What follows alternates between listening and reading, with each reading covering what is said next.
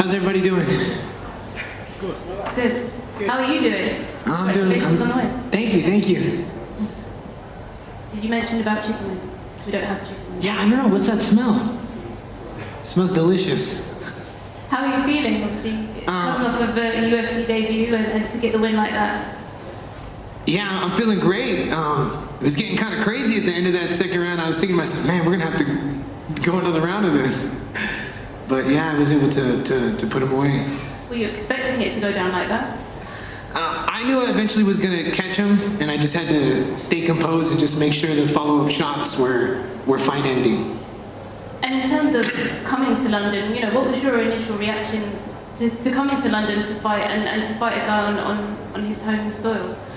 I'm excited. I think most of my career I had to go and fight people in their backyard, so it's nothing new for me.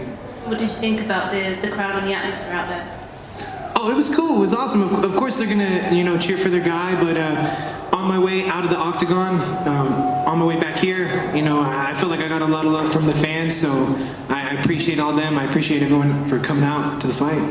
And what was the overall week like for you? Because of course you missed weight on your first attempt. Was there anything that perhaps went wrong in the run-up to that, or what do you put that down to? I have another nickname, Johnny Come Lately. So sometimes I'm running late. So, but the plan was to make weight for sure. Did that have anything to do with perhaps the travel?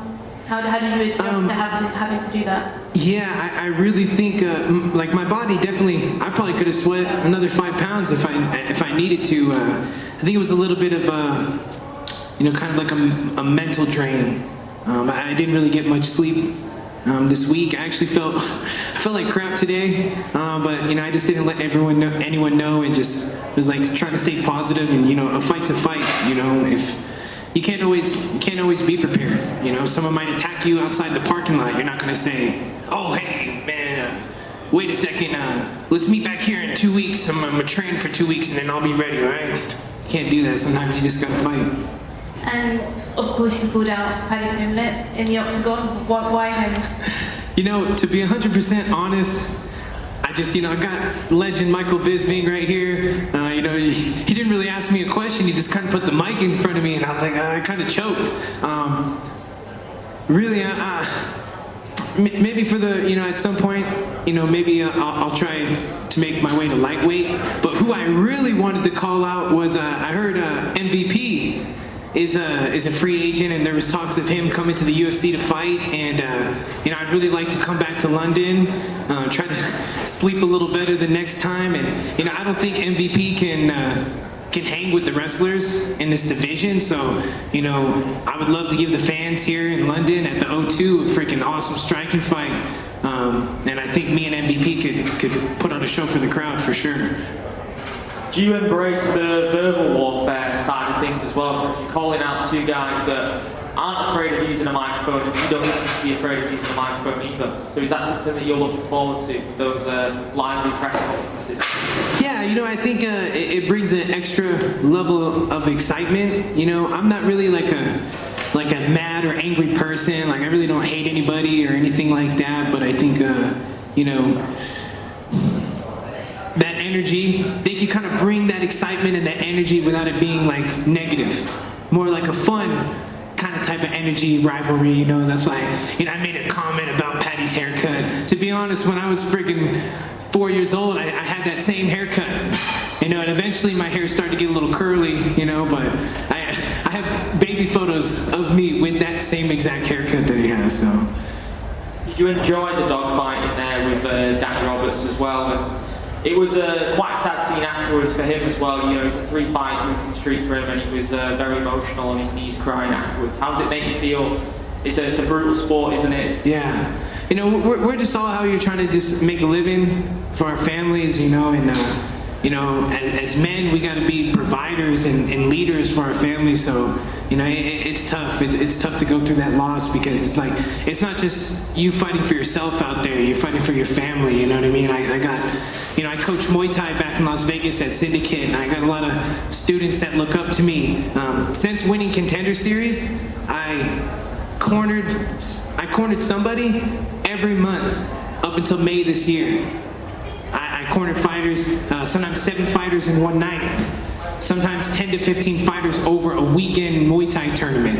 So like there were some months where I cornered 2-3 times in a month. So I was like, you know, after Contender Series, getting ready for my debut, I had some injuries and stuff, and I had to completely, you know, take a bunch of time off training.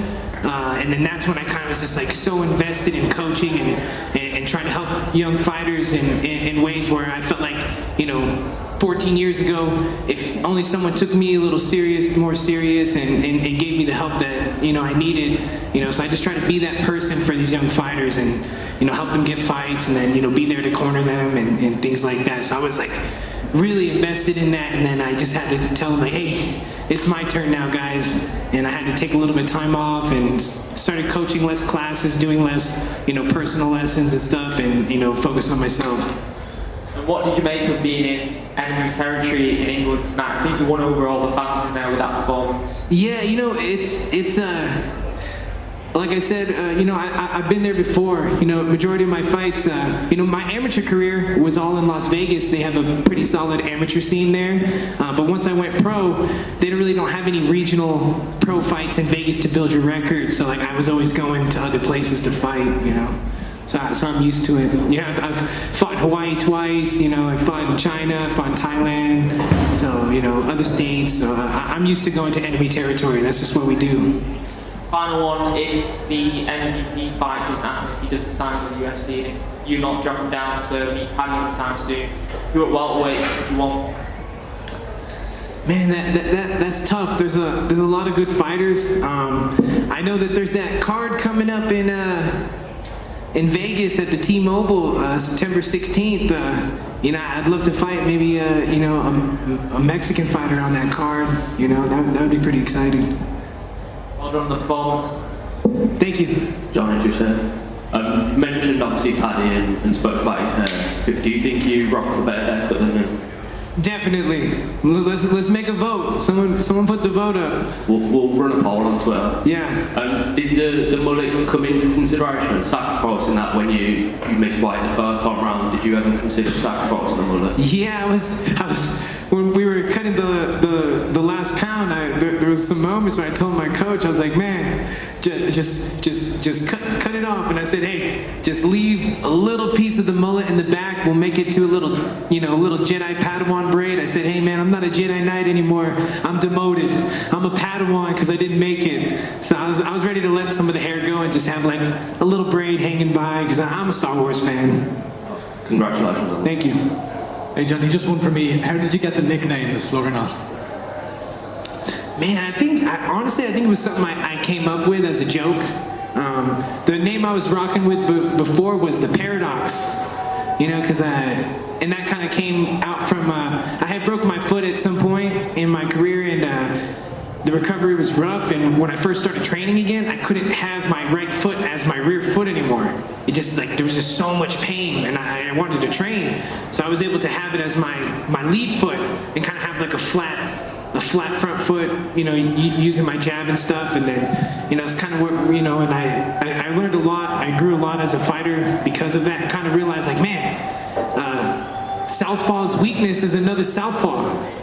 And I seen that tonight when there was a couple times I went Southpaw, and it's like he couldn't stop my jab. I was like, dang, this is kind of easy, you know. Maybe I should just stay Southpaw the rest of the fight, you know.